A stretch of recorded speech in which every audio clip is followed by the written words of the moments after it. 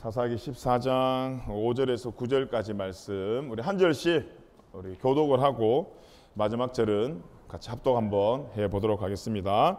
자, 5절 저 먼저 읽겠습니다. 삼손이 그의 부모와 함께 딥나에 내려가 딥나의 포도원에 이른즉 젊은 사자가 그를 보고 소리 지르는지라. 여호와의 영이 삼손에게 감하여 하니 그가 손에 아무것도 없이 그 사자를 염소 새끼 찢는 것 같이 찢었으나 그는 자기가 행한 일을 부모에게 알리지 아니하였더라. 그가 내려가서 그 여자와 말하니 그 여자가 삼손의 눈에 들었더라. 얼마 후에 삼손이 그 여자를 맞이하려고 다시 가다가 돌이켜 그 사자의 죽음을 본즉 사자의 몸에 벌떼와 꿀이 있는지라. 함께 읽읍시다. 손으로 그 꿀을 떠서 걸어가며 먹고 그의 부모에게 이르되 그들에게 그것을 들여서 먹게 하였으나 그 꿀을 사자의 몸에서 떠왔다고는 알리지 아니하였더라. 아멘. 아멘. 한 주간 잘 지냈습니까? 잘 지냈어? 네, 우리 뱃사람하고 인사 한번 하겠습니다. 우리 한 주간 수고 많았습니다. 인사 한번 하겠습니다. 되게 오랜만에 보는 사람이 있네. 네, 수고 많으셨습니다. 날씨가 좀 요상하다, 그치? 뭐 비가 왔다가 더웠다가 또 부르주번에 이렇게 바람 많이 부는 거 경험해보지 못했는데 바람도 많이 불었다가 그런 것 같습니다. 자, 오늘은 이 묵상이 필요하다. 묵상이 필요하다. 오늘 동진이는 옆에 있는 애들한테 이제 통역을 해주려고 앉아 있는 거야? 그렇구나. 어쩐지 동진이가 원래 저 뒤에 앉아 있었는데 앞에 앉아 있는 거 보니까 멋있구만. 오케이. 자, 오늘은 묵상이 필요하다. 동진 아빠 통역해. 묵상이 필요하다. 라는 제목으로 말씀을 좀 전하려고 합니다. 성도, 크리스찬이 변질될 수 있을까 없을까? 변할까 변하지 않을까? 내가 오늘 이렇게 살겠습니다 라고 하면 딱 결단한 이후에 그게 쭉 갈까? 아니면 자꾸 변할까? 어때요?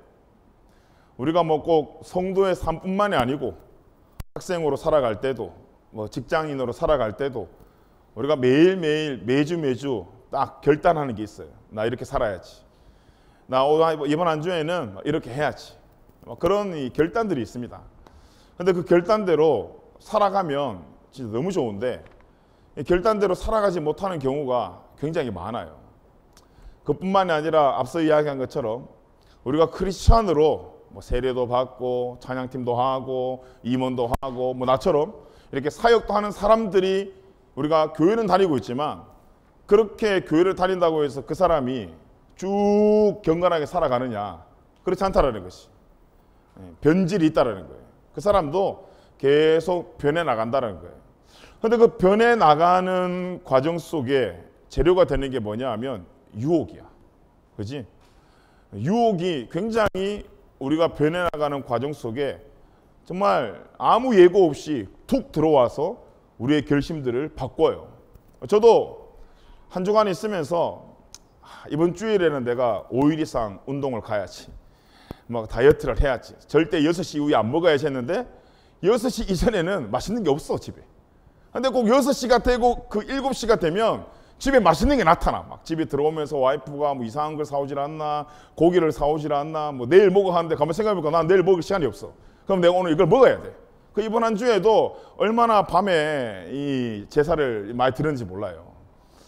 그런 유혹 하나가 우리의 결단들을 굉장히 쉽게 넘어뜨린다는 거예요. 여러분 어떻습니까? 여러분도 분명히 한 주간 살아갈 때, 그치 준현아? 나 이번 한 주간 정말 잘 살 거야. 이번 한 주간 말씀도 볼 거야. 뭐 기도도 할 거야. 많은 결단들이 있지만 그 결단들을 넘어뜨리는 건 다른 것이 아니라 아주 조그만한 유혹들이 그 결단을 넘어뜨리는 거예요. 자, 우리 잠시 잠도 깨고 옆에 사람하고 인사도 할 겸 이번 한 주간 나에게 있었던 가장 큰 유혹은 무엇이 있었는지, 그 유혹 앞에 우리는 어떻게 반응을 했는지 잠깐 인사하는 차원에서 잠시 한번 나눠보면서, 자, 옆에 눈을 보고 이게 뭔가 잠이 온다 싶으면 눈도 좀 찔러주고 이래가지고는 너희들이 앞에서 이러고 있으니까 내까지 잠이 올라 그러거든. 자, 잠시 한번 나눠봤으면 좋겠습니다. 이번 한 주간 나에게 있었던 가장 큰 유혹은 무엇이었는지, 그 유혹 앞에 나는 어땠는지 한번 나누어 봤으면 좋겠어요. 자. 왜 아직이야? 아니, 오늘 조모임이 있잖아. 조모임에서 하면 되지. 자, 어때요? 한 사람도 빠짐없이 우리는 한 주간 살면서 유혹이 되게 많아. 그치? 유혹이 한 주간도 없었던 사람. 난 한 주간 살아가면서 한 번도 시험도 없고 유혹도 없고 아무것도 없었다. 손 한번 들어봐. 그 사람이 나와서 설교를 하면 좋을 것 같아. 나도 되게 많은 시험과 유혹과 깊은 빡침과 열받음들이 계속해서 내 삶 가운데 나타나거든. 근데 생각해 보면 그 깊은 빡침과 열받음이 나를 무너뜨리는 것이 아니라 시간이 지나고 나면 그것이 나를 어떻게 한다? 다듬어 나가더라. 그래서 생각해 보면 우리 성도들의 방황은 하나님의 방치가 아니고 그 방황을 통해서 뭘 우리가 찾아가는 거예요? 하나님의 방법을 찾아가는 긴 여정 속에 있는 거예요. 우리 지난주에 제가 이제 구약을 쫙 이제 다 읽으면서 동그라미 쳐놨던 부분들을 좀 꺼내서 다시 한번 보는데 신명기에 이제 출애굽한 백성들이 가나안 땅에 들어가는 그 기간에 대한 이야기가 나오는 게 있어요. 여러분, 출애굽한 이스라엘 백성들이 가나안 땅까지 몇 년이 걸려서 갔어? 광야에서. 아는 사람 있어? 몇 년이 걸렸어? 몇 년 걸렸어? 자신 있게 이야기해봐. 누구? 몇 년? 예원아, 그렇지. 그렇지. 겸손했네. 40년이 걸렸어. 40년. 근데 그 길을 내가 정말 마음 먹고 가면 며칠 걸릴 길이냐면 11일 걸릴 길이야. 11년이 아니고 11하의 밤만 자고 나면 갈 수 있는 길이 가나안 땅이었어요. 근데 11일 만에 갈 수 있는 땅을 이스라엘 백성들이 몇 년 걸렸다고? 40년을 걸렸다고. 그걸 보고 우리는 뭐라고 이야기하냐면 방황이라고 이야기해요. 방황했는 거잖아, 40년 동안. 근데 40년 동안 이스라엘 백성들이 방황을 하면서 뭘 만나냐면 하나님의 계획을 만나고 하나님의 방법을 만나고 하나님의 일하심을 만나요. 어떻게 보면 하나님이 40년을 방치해둔 것 같지만 그 방치될 것 같은 그 상황 속에서도 하나님이 그들의 삶을 인도하시고 함께 하셨다는 거예요. 그러면서 그 백성들에게 하나님께서 뭘 하기를 원하셨냐면 하나님에 대한 생각을 하기 원했어요. 왜 우리가 죄를 짓고 유혹에 넘어가냐? 제일 큰 이유는 눈에 보이는 대로 살기 때문이야. 눈에 보이는 대로 사는 걸 보고 뭐라고 이야기하냐면 동물적인 삶이에요. 생각하지 않는 거야. 배고프면 그냥 눈앞에 있는 거 집어먹고, 화나게 하면 죽이고, 갖고 싶으면 훔치고, 생각 안 하고 그냥 내가 원하는 대로 바라는 대로 살아가는 삶을 짐승의 삶과 동일하게 성경이 이야기를 해요.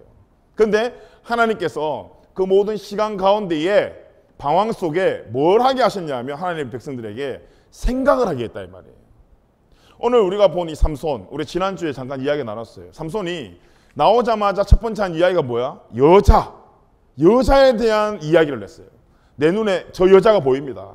나 저 여자랑 결혼하려고 했더니 삼손의 부모님이 뭐라고 이야기했어? 아이씨, 너 임마 결혼할 여자가 없어서 왜 저 이방 여자하고 결혼을 하려고 그래? 이게 꼭 이방 여자로 해서 그냥 결혼의 문제를 말하는 게 아니라 왜 너는 성도로 살아가면서 왜 하나님께서 주신 것을 기뻐하지 못하고 왜 저 바깥에 있는 죄들을 좋아해라는 이야기와 동일한 이야기예요. 그랬더니 삼손이 그렇게 여자를 이야기했더니 어떻게 이야기했어요? 삼손의 부모님이 반대를 했다 이 말이야. 우리도 이제 너들은 이제 슬슬 나이가 들기 시작하면 결혼을 해야 되겠지. 저는 맞지? 결혼해야지. 여자친구 있어? 여자친구 더 만들어야 되겠네. 좋은 형제입니다, 자매들. 자, 결혼을 하면 대부분 이제 연애나 결혼이나 이런 거 하다 보면 부모님이랑 이렇게 마주칠 때가 있어요. 뭐 연애는 좀 덜하지만 결혼의 문제 앞에서는 부모님이랑 이렇게 인사할 때가 있어요. 왜냐하면 결혼은 한 남자와 한 여자의 만남에서 벗어나서 더 나아가서 한 가정과 가정의 만남이 결혼이에요. 그래서 이제 결혼 허락을 받기로 이제 시작을 하다 보면 우리가 드라마나 영화나 이런 거 보면 어때요? 막 부모님들의 막 반대가 막 있는 게 있어. 내 눈에 흙이 들어올 때까지는 뭐 안 된다 하면서 하고, 막 아들은 엄마 얼굴에 막 흙집어던지려 하고 막 그런 이상한 내용들이 많아요. 근데 우리가 잘 생각해야 돼. 이제 너희들에게 닥쳐야 될 일들이야. 너희들이 이제 결혼을 생각하면서 나중에 너희들의 배우자를 어머니한테 데리고 왔을 때, 아버지한테 데리고 왔을 때 어머니 아버지가 반대하는 경우가 있어요. 그때 우리는 화내면 안 돼. 화내면 안 되고 어디의 자리로 가야 되냐 하면 묵상의 자리로 가야 돼. 왜? 왜 어머니 아버지가 이 결혼에 대해서 반대를 할까? 너들 그 게임 혹시 그 바둑 들 줄 아냐? 바둑이 자기 실력이 8단 정도 되면 훈수를 둘 때는 6단 정도의 실력이 나온대. 그러면 뭐가 진짜 실력일까? 6단이 진짜 실력일까? 8단이 진짜 실력일까? 6단이 진짜 실력이겠지. 왜냐하면 훈수 둘 때도 어쨌든 자기가 둔 거니까. 근데 왜 자기가 직접 바둑을 둘 때는 6단이 안 나올까? 왜 8단의 실력밖에 안 나올까? 이유가 뭘까? 이유가 뭘까? 이유가 뭘까? 왜? 욕심이 없어서야. 내가 여기 앉아있을 때는 꼭 이겨야 돼, 이거를. 그러다 보니까 욕심이 있으니까 넓게 수를 못 보는 거야. 그런데 훈수를 두는 자리에서 이렇게 구경하는 자리에서는 너무 잘 보이거든. 왜냐하면 승패가 관련이 없어요. 이게 무슨 말이냐 하면 내가 어떤 한 배우자를 데리고 와서 결혼할 때 내 눈에는 좀 이 남자, 이 여자가 완벽한 것 같아. 그런데 훈수 두는 부모님 입장에서 봐서는 전체가 보이거든. 그래서 그런 사람들 보고 뭐라고 얘기하죠? 눈에 뭐 씌었다 그래? 콩깍지 씌었다 그러지. 옛 어른들이. 그래서 우리가 내가 많은 것을 알고 있고 다 알 것 같지만 그래서 우리가 어떤 상태로 가냐 하면 교만한 상태로 간다 이 말이에요. 그러면 그 교만에서 겸손으로 갈 수 있는 가장 좋은 방법은 그 상황을 내가 그대로 받아들이는 것이 아니라 그 상황 앞에 묵상하고 생각하는 시간들이 우리 가운데 분명히 필요하다. 그래서 우리가 말씀을 볼 때도 가장 중요한 게 묵상이에요. 그래서 우리가 묵상을 하기 위해서 하는 신앙생활 중에 묵상을 위해서 하는 행동이 뭐가 있어요? 큐티가 있잖아. 그 콰이어 타임, 조용한 시간 가운데 내가 하나님의 말씀을 글자 그대로 보지 않고 그 말씀 속에 담겨있는 하나님의 심정, 하나님 나를 향한 마음 이런 것들을 우리가 묵상하면서 그 안에 숨겨져 있는 무언가를 계속해서 찾아내는 작업이 큐티예요. 그리고 성도들에게 이 묵상의 시간이 빠져버리면 우리는 보이는 대로, 생각대로, 내 욕심대로 살아가더라 이 말이에요. 자, 그러면 다시 한번 질문을 해보겠습니다. 첫 번째 질문. 우리가 아무리 찬양 인도를 하고 이렇게 사역을 하고 있고 교회를 10년, 20년 다녀도 변질될 수 있습니까? 없습니까? 변질될 수 있어요. 이게 죄인지 알면서도 죄를 지을 수 있어 없어? 지을 수 있어요. 왜 그러냐면 우리가 결단하는 것에서도 힘이 있지만 그 죄에게도 힘이 있기 때문이에요. 우리를 저항하지 못하게 계속해서 우리를 그 어둠의 세계로 계속 끌고 간다 이 말이에요. 로마서 7장에 보면 바울이 굉장히 갈등하는 장면에 말씀 구절이 하나 나와요. 로마서 7장 15절 말씀인데요. 우리 같이 한번 띄워보겠습니다. 15절 말씀 같이 한번 읽어볼까요? 시작. 내가 행하는 것을 내가 알지 못하노니 곧 내가 원하는 것은 행하지 아니하고 도리어 미워하는 것을 행함이라. 바울이라 하면 굉장히 위대한 종이잖아. 바울이라 하면 거의 뭐 완벽한 성도라고 우리가 생각을 하는데 그럼에도 불구하고 바울이 뭐라고 이야기하냐면 내가 원하는 것을 행하지 않고 항상 범죄하는 것을 내가 행하고 있더라라는 것을 바울이 지금 이야기하고 있는 거예요. 그러면서 18절에 뭐라고 이야기하냐면 내 속 곧 내 육신에 선한 것이 거하지 않는 줄 알노니 원함은 내게 있으나 선을 행하는 것은 없노라. 무슨 말입니까? 바울의 인생에 계속해서 찾아오는 갈등이 있더라는 거예요. 항상 선으로 살아가려는 마음이 있는데 자기 인생을 이렇게 쳐다보니까 자기 인생은 반대로 계속 그런 갈등과 악으로 자기의 몸과 생각들이 쏠려가더라는 거예요. 그러면서 7장 22절에서 23절 우리 같이 한번 읽어보겠습니다. 시작. 내 속사람으로는 하나님의 법을 즐거워하되. 자, 봐봐. 내 속사람으로는. 그러니까 나는 하나님의 말씀에 예, 아멘 하면서 예배 시간 다 했는데 23절 뭐라고 이야기합니까? 읽어봅시다. 시작. 내 지체 속에서 한 다른 법이 내 마음의 법과 싸워 내 지체 속에 있는 죄의 법으로 나를 사로잡는 것을 보는도다. 내 마음 속에는 하나님의 말씀이 있는 것 같았는데 내 인생이 어디로 가고 있다는 거예요? 계속해서 죄악의 현장으로 가고 있다는 거예요. 적어도 바울, 목숨을 걸고 전도했던 이 전도자 이 바울쯤 되면 그 죄의 유혹들 다 이길 법도 하고 그 죄의 유혹이 안 넘어갈 법도 한데 이 위대한 바울도 그 죄 앞에는 무너지더라 이 말이에요. 사도 바울쯤 되면 갈등도 없고 아무것도 없을 것 같은데 이 사도 바울조차도 마음속에 갈등이 있고 상처가 있고 그래서 낙심도 하고 포기도 하고 처져 있는 모습들이 있더라는 거예요. 왜 이 로마서를 통해서 이 말씀을 주셨을까? 이것이 바로 사람이다 이 말이야. 우리는 완벽한 삶을 추구해요. 그지? 나는 정말 잘하고 싶어. 왜 우리가 주일날 와서 예배를 드리고 찬양을 하고 큐티를 하고 기도하고 말씀을 보는 이유가 뭐야? 잘하고 싶다라는 내 마음속에 있어. 근데 잘하고 싶다고 잘해버리면 얼마나 좋겠냐만 우리 인간과 인생의 한계가 뭡니까? 내 결정한 대로 되지 않더라 이 말이야. 내 생각한 대로 되지 않더라 이 말이야. 우리 집에 꼬맹이 3명이 있는데 이 3명도 내가 아무리 얘들보다 힘이 세도 내 마음대로 안 되더라 이 말이야. 우리 인생이 우리 마음대로 되지 않는 것을 인정하는 것이 겸손이에요. 그런데 우리 가운데 어떤 상처가 있어요?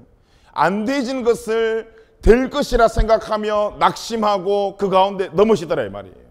사단이 그걸 가지고 아주 우리를 교묘하게 넘어지는 거야. 야, 너 정도면, 야, 네가 이 정도 기도하는데, 야, 네가 이 정도 말씀 보고, 이 정도 봉사하고 사역했는데 왜 네 인생에 이런 문제가 찾아오냐? 이거 잘못된 거 아니냐? 라는 유혹을 아주 교묘하게 우리에게 넣어준다는 거예요. 앞서 이야기한 것처럼 우리가 사명자고 우리가 교회를 몇 년을 다니고 우리가 아무리 사역을 하더라도 여전히 죄 앞에 취약하고 연약한 존재가 우린데 사단이 그거를 이상하게 프레임을 씌워가지고 너 정도면 괜찮아야 돼. 문제가 생겼어? 그럼 너 이거 아닌 거 아니야? 라고 이상한 물음표를 계속 집어 던지고 있다는 거예요. 그렇게 해서 많은 사람들이 쓰러지고 그렇게 해서 많은 사람들이 넘어지고 그렇게 해서 많은 사람들이 하나님의 심정 앞에 오해를 하고 살아가더라 이 말이에요. 오해를 하지 않으면 어떻게 해야 돼요? 깊이 생각을 해야 돼요. 이 사람이 나한테 주는 말, 행동을 그대로 받아들이면 오해의 두성이야. 성경에 얼마나 많은 말장난이 있는 줄 알아요? 우리가 만약에 영준이한테 내가 또 우리 민규한테 똑같은 말로 한번 이야기를 해본다면 영준이한테는 내가 영준아 잘한다. 이거 무슨 말이에요? 영준이가 굉장히 잘하고 있다는 거야. 근데 똑같은 말로 민규한테는 이거 장난이야. 상처받으면 안 돼. 민규 잘한다. 이거는 뭐예요? 이거 얘가 지금 잘못하고 있다는 거야. 우리가 자칫 잘못 글자로만 하나님의 말씀을 보면 이런 오해가 있을 수 있다 이 말이에요. 내가 잘못하고 있는 걸 하나님이 지적하는데 잘하고 있다고 생각할 수 있고 내가 잘하고 있는데 하나님이 날 잘못한다고 지적하는 그 오해 속에 우리가 갇혀 있을 수 있다 이 말이에요. 근데 그 오해를 해결할 수 있는 가장 좋은 방법이 뭔가? 그 말씀 앞에 생각하고 묵상의 자리로 들어가는 게 있는 거예요. 그래서 우리 모두가 회복의 자리로 들어갈 수 있는 것은 다른 것이 아니라 내가 그 부족한 사람이라는 것을 인정하는 거예요. 내가 죄인이라는 걸 인정하는 거예요.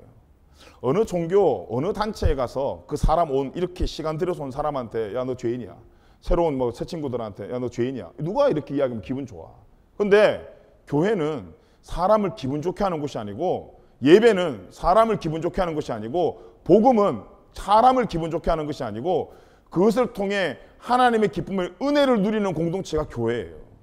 여기서 오해가 생기면 우리가 이 말 앞에도 교회 앞에 상처받을 수 있어. 시간 내서 왔더니 시간 내서 앉아있는데 갑자기 뭣도 모르는 사람이 나한테 죄인이라 그래. 그거 얼마나 기분 나쁜 이야기야. 그게 누구 중심이에요? 우리 중심이야. 내가 무언가를 받기 위해서 이 자리에 오는 거야. 그걸 보고 우리는 종교생활이라 그래요. 그런데 우리는 종교생활 아니에요. 우리 말대로 신앙생활을 하는 거야. 하나님 중심의 삶으로 살아가는 거야. 그러면 이 모든 기쁨의 기준이 누구에 돼야 돼? 예수 그리스도. 하나님의 복음의 기쁨 앞에 우리는 반응하며 살아가야 돼요. 그러면 우리가 회복을 받을 수 있고 사랑을 받을 수 있는 첫 번째 조건은 내가 죄인임을 인정하는 거야. 너무 미안하고 이 시간에 앉아있는 너희들 너무 대단하고 너무 이쁜데 그래서 이런 말하기 너무 싫지만 하지만 우리 가운데 나를 포함한 우리 모두가 회복받을 수 있는 첫 번째 길은 너희들도 죄인이라는 거야. 여기서부터 시작이 되지 않으면 이 신앙은 꼬일 수밖에 없어요. 여기서부터 시작되지 않으면 혼란스러울 수밖에 없어요. 여기서부터 시작되지 않으면 우리 안에 교만이 얼마나 일어나는지 몰라요. 그래서 우리는 먼저 목사가 되기 전에 찬양 리더가 되기 전에 임원이 되기 전에 뭐가 돼야 돼? 성도가 돼야 돼. 그리스도인이 돼야 돼. 그리스도인을 가지고 그 다음 사역을 하는 거지 이 사역을 열심히 한다고 그리스도인이 되는 거 절대 아니에요. 그 오해에서 벗어나서 저와 여러분이 오늘도 하나님 앞에 정직한 예배자로 먼저 세워지는 그런 은혜가 있기를 간절히 축복합니다. 여러분 다윗의 위대함이 어디 있어요? 다윗의 직업을 이야기하면 직업이 뭐야? 왕이야 왕. 왕이면 자기 마음대로 다 할 수 있어요. 그 당시에 자기 마음에 드는 여자, 자기 마음에 드는 뭐 재물, 자기 마음대로 다 뺏을 수 있어요. 근데 그 다윗이 바세바에 그 취했을 때 선지자 나단이 와서 이야기하잖아요. 다윗의 죄를 콕 꼬집었을 때 다윗이 어떻게 했습니까? 만약에 내가 왕이었더라면 내 치부를 드러낸 그 나단 진짜 박살냈을 것 같아요. 네가 어디 나한테 와서 그런 이야기 하냐면서 오히려 걔를 죽였을 것 같아요. 근데 다윗이 대단한 건 다른 것이 아니라 그 죄의 폭로 앞에 꼬꾸라졌다라는 거예요. 다윗이 지은 죄가 가벼운 죄가 아니지만 하지만 다윗이 하나님 앞에 대단하고 하나님의 이쁨을 받은 건 죄 앞에 자기가 왕의 모습으로 섰는 것이 아니라 그 죄가 폭로되었을 때 자기의 왕의 모습을 내려놓고 온전히 죄인의 모습으로 꼬꾸라졌다 이 말이에요. 우리한테 그런 모습이 있냐 이 말이에요. 교회에 와서도 혹시 내가 세상에 누리고 있는 직업, 내가 가지고 있는 물질, 내가 가지고 있는 스펙이 교회에 와서 혹시 자랑이 되지 않냐 이 말이에요. 혹시 그 스펙이 하나님 앞에 무릎 꿇는 데에 방해물이 되지 않고 있냐 이 말이에요. 앞서 이야기한 것처럼 교회에서 우리가 하나님을 만나고 예수님을 만나는 우리의 자격 조건은 내가 죄인이다 이 말이에요. 근데 죄인이 뭔 그렇게 말이 많아. 죄인의 차별이 어디 있어? 감옥에 갇혀있는 죄인 중에 너는 좀 더 괜찮은 죄인이 어디 있어? 동일하게 죄인이에요. 근데 우리는 그런 착각을 한다 이 말이에요. 세상 속에서 내가 좋은 직업을 가지고 있거나 세상에서 내가 돈을 좀 많이 벌고 있거나 그래서 내가 좀 착하게 살고 있는 도덕적인 어떤 양심을 지키고 산다라는 것이 그 죄를 포장할 수 있다고 생각하더라 이 말이에요. 다윗도 충분히 자기의 직업으로 포장할 수 있었어. 그럼에도 불구하고 다윗은 어떻게 했습니까? 회개했다 이 말이야. 그런데 다윗이 회개한 장면을 성경을 통해서 한번 보세요. 우리가 생각할 때 왕이 회개하니까 막 왕도로 막 푹 들으면서 하나님 하면서 갈치고 걷지만 굉장히 다윗은 아기의 모습처럼 어린아이의 모습처럼 꼬그라져서 하나님 앞에 회개하는 장면을 보게 됩니다. 하나님께서 다윗을 이뻐하고 사랑한 이유가 다른 것이 아니에요. 이 죄에 더 큰 죄 이걸 비교하는 것이 아니라 죄가 폭로되었을 때 다윗은 자기가 죄인임을 인정했더라 이 말이에요. 인정했더니 그 다윗에게 어떤 은혜가 있었습니까? 승리의 은혜가 있었고 우리가 아는 것처럼 예수 그리스도의 족보에 아주 중요하게 등장하는 그 가문의 가정 속에 자라나는 귀한 은혜를 다윗이 누리지 않았어요. 여러분 우리 어떻습니까? 우리에게 가장 큰 교만이 무엇입니까? 뭐 옆에 사람 미워하고 뭐 어떤 도덕적인 죄를 지르는 것이 우리에게 가장 큰 교만이 아니라 하나님 말씀 앞에 생각 없이 살아간다는 거예요. 하나님 말씀 앞에 우리가 묵상 없이 살아간다는 거예요. 그러면서 우리 마음대로 해석하며 살아간다는 거예요. 우리 마음대로 오해하면서 살아간다는 거예요. 그런데 그 오해와 해석이 점점 가면 갈수록 어떻게 돼요? 그게 사실이 돼버려요. 그게 사실이 되면서 이제 어떻게 돼요? 우리가 더 멀리 방황하게 되더라 이 말이에요. 그런데 여러분 그 방황 속에서도 하나님은 우리를 버리지 않으시고 방황 속에서도 하나님은 고난이라는 연단을 통해서 우리를 돌이키게 만들더라 이 말이에요. 그래서 혹시 솔직히 말하면 사람을 성장시키고 성숙시키는 건 이런 한편의 설교보다 환난이 더 큰 일을 합니다. 내가 막 지수한테 지수야 기도해야 돼 라는 것보다 지수 인생에 문제가 생기면 그 환난이 생기면 더 진실되게 하나님 앞에 기도할 수 있는 상황들이 생긴다 이 말이에요. 그 환난을 주신 걸 결국 봤을 때 하나님 우리에게 저주한 게 아니다 이 말이에요. 우리를 버린 게 아니다 이 말이에요. 오히려 더 크게 부른 거야. 그 환난이 하나님이 우리를 부르는 목소리로 따졌을 때 데시벨이 더 높아가는 거야. 어려운 환난이면 환난일수록 서양아 하면서 소리가 올라가는 거야. 왜? 그 환난 가운데 우리가 무릎 꿇게 되거든. 그 환난 가운데 우리가 기도하게 되거든. 그 환난을 만나면 우리가 말씀 보게 되거든. 근데 우리가 더 복된 건 뭐예요? 소리 지르지 않고 편안하게 부를 때 서영아 해도 반응할 수 있잖아. 근데 우리의 연약함이야. 서영아 그러면 이 목소리가 너무 만만하게 보이는 거야. 자기가 뭔가 있어 보이는 거야. 뭔가 소리 지르고 뭔가 내 환난 속에 들어가야지만이 하나님을 만날 수 있는 어떤 그런 이 과정이로만 생각하고 좋을 때 우리가 더 기도하고 좋을 때 더 말씀 보고 더 좋을 때 하나님과 관계가 좋으면 되는데 그때 더 묵상할 수도 있는데 참 인간의 어리석음이 항상 문제가 생겼을 때 항상 어려움이 생겼을 때 그때서야 나와서 무릎 꿇고 징징 울고 그때서야 하나님께 기도하더라 이 말이에요. 근데 지혜는 무엇입니까? 40년 걸릴 길을 11일 만에 갈 수 있으면 11일 만에 가는 게 지혜야. 11일 만은 게 복이에요. 근데 40년 걸리는 것도 복이야. 왜? 그 40년 가운데 그 환란을 통해서 하나님이 또 우리를 성장시켜 나갈 거니까. 자, 지금부터 우리는 또 동일하게 그 가나안 땅이라는, 여러분 이스라엘 백성들이 40년 걸려가지고 딴 동네 가고 11일 걸리면 땅 내려간 거 아니야. 11일을 가도 가나안이었고 40년을 돌아가도 가나안이었어. 목적지는 같다 이 말이에요. 성도가 달려가야 될 목적지가 같다면 우리가 좀 더 말씀만 묵상해보고 좀 더 지도만 우리가 잘 들여다봐도 그 시간들을 낭비하지 않고 오히려 우리 가운데 그 시간들을 더 풍성하게 더 은혜롭게 사용하며 살아갈 수 있다는 거예요. 자, 오늘 말씀 한번 봐봐. 오늘 14장 5절 7절 말씀해 보면 이제 삼손이 어떻게든 부모님 반대임에도 불구하고 부모님하고 함께 선을 보러 가요. 근데 갑자기 포도원에서 뭐가 나타났어? 뭐가 나타났어? 뭐가 나타났어? 사자가 나타났지. 이 말씀을 보면서 여러분 어떤 마음이 들었습니까? 어떤 마음이 들었어? 용구야, 어떤 마음이 들었어? 포도원에서 사자가 나타났대. 어떤 마음이 들었어? 무섭다. 묵상이 필요하다 이 말. 묵상이. 어떤 마음이 들었어, 하은아? 포도원에서 사자가 나타났어. 어떤 마음이 들었어? 무섭다. 사자는 어디 사냐? 사자가 혹시 포도 먹는 거 본 사람 있어? 사자 포도 먹는 거 봤어? 사자는 뭐 먹고 살아? 고기 먹고 살지. 사자는 밀림이 있어야 돼요. 밀림에 수많은 이 동물들을 잡아서 찢어서 씹어서 삼키는 동물이 사자예요. 그 밀림에 있어야 될 사자가 지금 포도밭에 나타났어. 이상한 거야, 이상한 거 아니야? 이상한 거야. 이건 사막에 펭귄이 나타났다고 똑같은 거야. 묵상이 안 되잖아. 사막에 펭귄이 나타나면 어떤 마음이 들냐면 귀엽다. 이렇게 이야기하는 거야. 사막에 펭귄이 나타나면 제가 여기 왜 있어? 이게 아니고 나타나면 와 크다. 뭐 이런 식으로만 끝나는 거야. 말씀 한번 잘 봐요 여러분. 포도원에 사자가 나타났어. 나타나면 안 될 게 나타났다고 지금. 사자는 밀림이 있어야 되는데 포도원에 갑자기 사자가 나타나는 것은 지금 삼손의 상황에 인생에 이상한 문제가 일이 일어났다는 거예요. 그럼 뭐 해야 돼 삼손이? 생각을 해야지. 포도원에 왜 사자가 나타났지? 하나님이 혹시 내 가는 길을 막으시나? 뭐 이런 좀 천사의 어떤 이 예고로 태어난 사람 정도의 나시린이면 그 정도 묵상을 해야 되는데 삼손이 그것을 뭐 했냐 하면 자기 힘자랑을 해버렸어요. 그냥 여기 뭐라고 나와 있어요. 어떻게 찢었다 그랬어요. 염소 새끼 찢는 것처럼 그냥 찢어버렸대. 그 사자 앞에 묵상하면서 발걸음을 돌이켰어야 됐는데 오히려 하나님이 막는 길을 지가 지 힘으로 찢어버렸다 이 말이에요. 무슨 말이에요?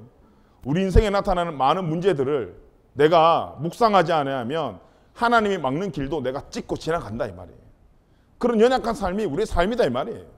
마치 내가 하나님보다 내 인생을 더 잘한다는 교만이 삼손이 지금 사자를 찢게 한 것처럼 우리 인생에 나타나는 많은 경고를 우리가 무시하고 지나가더라 이 말이에요.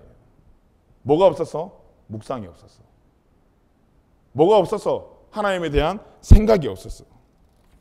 그러면 삼손이 해야 될 게 무엇이었는가? 묵상했어야 돼. 생각을 했었어야 됐어. 근데 삼손 머릿속에 뭐밖에 없었어? 여자밖에 없었어. 삼손 머릿속에는 그 이쁜 여자 걔밖에 없었어. 그러니까 사자가 나타나고 찍고 지나간 거예요. 우리도 똑같지 않아? 우리도 인생에 무슨 목표가 생겼어. 내가 돈을 벌어야 되겠다. 내가 인생에 무슨 저걸 해야 되겠다 싶으면 앞뒤 안 바라보고 그쪽에만 막 뛰쳐 들어가는 거예요. 하나님의 경고 사인이 있음에도 불구하고 무시하고 찍고 들어가는 거야. 거기로만. 근데 거기로만 들어갔던 삼손의 최후를 나중에 우리가 보겠지만 결국 어떻게 됩니까? 결국 정말 당하지 말아야 돼. 그런 순환과 고난을 이 삼손이 당하지 않아요. 그런데 성경에 보면 골 때리는 상황 속에 정말 묵상한 여자가 나와요. 누구냐 하면 마리아야. 누가복음 2장에 보면 19절 말씀에 이렇게 기록되어 있어요. 마리아는 이 모든 말을 마음에 새기어 생각하니라. 뭘 생각했을까 마리아가? 지금 마리아는 결혼 전이야. 그런데 갑자기 천사가 나타나서 너 이제 임신할 거래. 너 임신할 거고 아들을 낳을 건데 예수라고 말한대. 자 생각을 해봐 서영아. 너 이제 곧 결혼을 해야 되는데 갑자기 천사가 나타나서 서영아 넌 내일 임신할 거야. 너 안에 사내가 태어날 건데 라고 이야기를 들었다 생각해봐. 이게 어떤 마음이 들겠어? 환장할 거겠지. 황당. 황당이랑 환장이랑 뭐 비슷하지 않나? 어쨌든 당황스러운 일이지. 그 당황스러운 일 앞에 내 결혼 망치는 거 아닌가, 내 인생 끝나는 거 아닌가라는 절망의 생각이 들지 않겠어? 근데 마리아가 그 상황 속에 이 모든 말을 마음에 새겨 뭐 한다고? 생각하더라 이 말이에요. 왜 생각할 수 있었을까? 마리아 인생에 예수님이 포함되어 있었기 때문이야.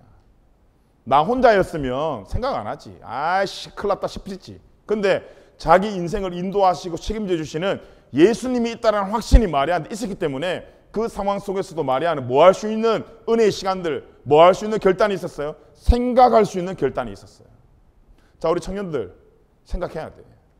너희들이 일어나는 일 앞에 그냥 주는 상황 앞에 그냥 상처받고 주저앉고 넘어지고 낙심하고 포기하지 말고 하나님이 너희들과 함께 계신다는 것을 믿으면 생각해야 돼. 왜 이런 상황이 나한테 나타났을까? 내 생각할 때는 잘 풀려야 되는데 왜 잘 풀리지 않고 이런 문제가 나한테 나타났을까? 생각해야 돼. 생각하지 않는 거 하나님 앞에 죄야. 생각하지 않으면 뭐 하게 된다? 오해하게 되기 때문이에요. 혹시 여러분 상황 앞에 요즘 어떤 일들이 일어나고 있습니까? 출몰하지 않아야 될 포도밭에서 사주가 출몰한 것처럼 내 인생에 이런 태클이? 라는 어떤 상황 속에 여러분 삶 속에 타자가 출몰하지 않았습니까? 여러분 삶 속에 나타나지 않아야 될 상황이 일어나지 않았어요? 그 상황에 여러분 어떻게 반응합니까? 재수 없다? 짜증난다? 아이씨 열받는다? 포기해버리고 싶다? 여러분 그냥 그 반응 앞에 생각도 안 하고 여러분 흥분하고 그래서 오해하고 있지는 않습니까? 하지만 오늘 우리가 말씀을 통해서 결단해야 될 것은 하나님이 우리와 함께 하신다면, 적어도 내가 예수님을 믿고 있다면, 적어도 내가 그 하나님이 나를 창조하신, 천지를 창조하신 하나님을 내가 믿는다면 오늘 이 상황 앞에 우리가 오해하고 낙심할 것이 아니라 더 나은 것을 주실 것을 내가 믿고 뭐 해야 돼? 묵상해야 돼. 왜냐하면 그 묵상의 자리가 우리를 기도의 자리로 인도해 주기 때문이에요. 묵상하지 않고 열받는 상황으로 가잖아? 기도의 자리로 갈 것 같아? 아니에요. 오히려 더 하나님을 배신하는 자리로 가는 거예요. 베드로가 왜 배신했을까? 생각해보면 예수님의 말씀 앞에 묵상을 했어야 되는데 내가 그렇게 연약한 존재였나? 이런 생각을 했어야 되는데 거기다 대고 지 가오 살린다고 다 배신해도 저는 배신하게 하겠습니다. 그렇게 이야기를 했단 말이에요. 근데 그 자신만만한 자기의 자신감이 어땠습니까? 결국은 예수님을 3번 저주하는 배신자의 모습으로 갔다 이 말이에요. 생각하지 않아서 나타난 현상이에요. 묵상하지 않아서 나타난 현상이다 이 말이에요. 적어도 우리가 예수님이 우리의 삶의 주인이 되심을 믿는다면, 적어도 그 하나님이 여러분을 창조하신 하나님을 믿는다면 우리 청년들 오늘 일어나는 많은 일들 앞에 여러분 인생에 출몰하지 않아야 될 것이 황당한 것이 출몰하더라도 그 앞에 우리가 낙심하지 말고 그 앞에서 우리가 절망하지 말고 한 번 더 생각합시다. 한 번 더 묵상합시다. 하나님 나 사랑하시는데 오늘 이 상황이 하나님 나에게 주시는 메시지가 뭘까? 내가 무엇을 기도하게 만드시기를 하나님 원하실까? 이 상황을 통해서 하나님께서 나의 어느 부분을 단단하게 하시기를 원하실까? 또 이 상황을 통해서 하나님께서 나를 어떻게 쓰시기를 원하실까라고 여러분의 생각하고 묵상한다면 우리가 기도할 수 있는 힘을 공급받을 수 있어요. 그리고 그 기도를 통해서 우리는 연단의 자리로 들어갈 수 있어요.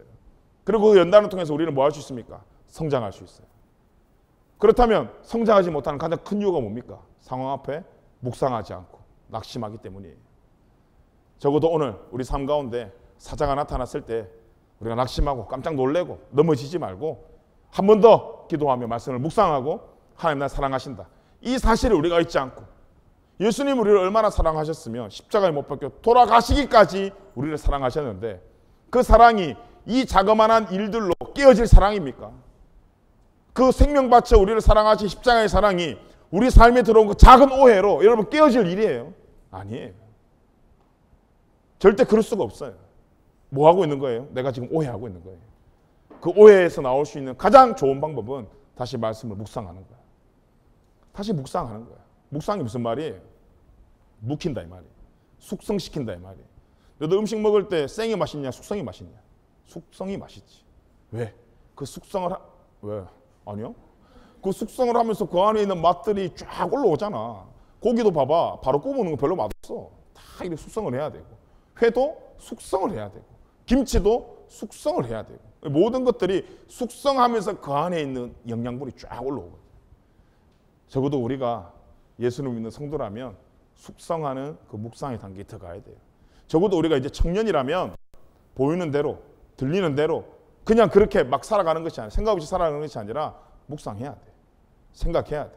그럼으로써 하나님과 나의 오해가 오히려 더 풀려지고 주님 주신 그 많은 계획 앞에 아름답게 잘 성장되어지고 쓰임받는 저와 여러분의 삶이 되길 예수님 이름으로 축복합니다.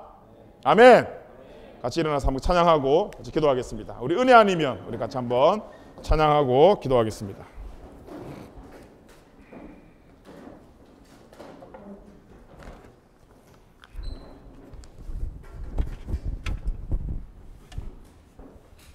자, 우리 말씀을 생각하면서 또 가사를 한번 묵상하면서 보이는 가사대로 읽으면서 찬양하지 말고 이 가사를 한번 잘 묵상하면서 그렇게 한번 찬양하고 우리 같이 기도했으면 좋겠습니다.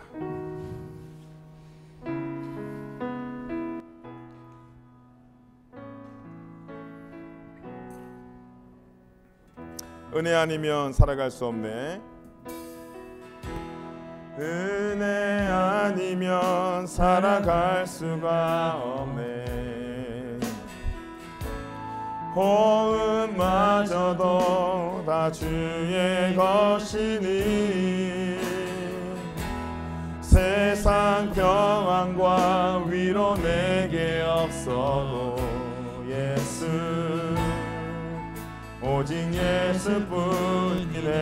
우리 다시 한번 찬양합시다. 은혜 아니면 살아갈 수 없네. 은혜 아니면 살아갈 수가 없네. 아멘.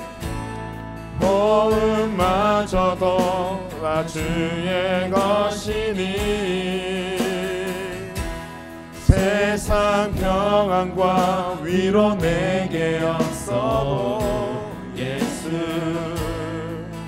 오직 예수뿐이네.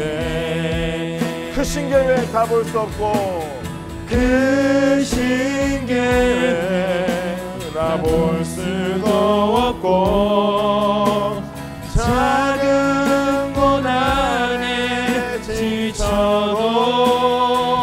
지쳐도 주께 물린 나의 모든 삶 버티고 견디게 하시네. 크신 계획 다 볼 수 없고 크신 계획 다 볼 수도 없고 작은 고난에 지쳐도 주께 물린 나의 모든 삶 버티고 견디게 하시네. 은혜 아니면 살아갈 수 없네. 은혜 아니면 살아갈 수가 없네. 나의 모든 것 다 주께 맡깁니다. 나의 모든 것 다 주께 맡기니 참된 평안과 위로 내게 주시는 예수 오직 예수뿐이네. 우리 잠시 한번 기도했으면 좋겠습니다. 이 시간 기도할 때 여러분 잠시 우리 묵상하는 마음으로 조용히 한번 하나님께 기도했으면 좋겠습니다. 하나님, 내가 어떻습니까? 주님 앞에 보여지는 대로 또 우리가 말씀 앞에 묵상하지 아니하고 하나님을 오해하며 살아간 적이 없습니까? 오늘 찬양의 가사처럼 크신 계획 내가 다 알 수 없음에도 불구하고 내가 다 아는 것처럼 주님을 원망하며 살아간 적은 없습니까? 오늘 시간 다시 한번 결단하기 원합니다. 주님,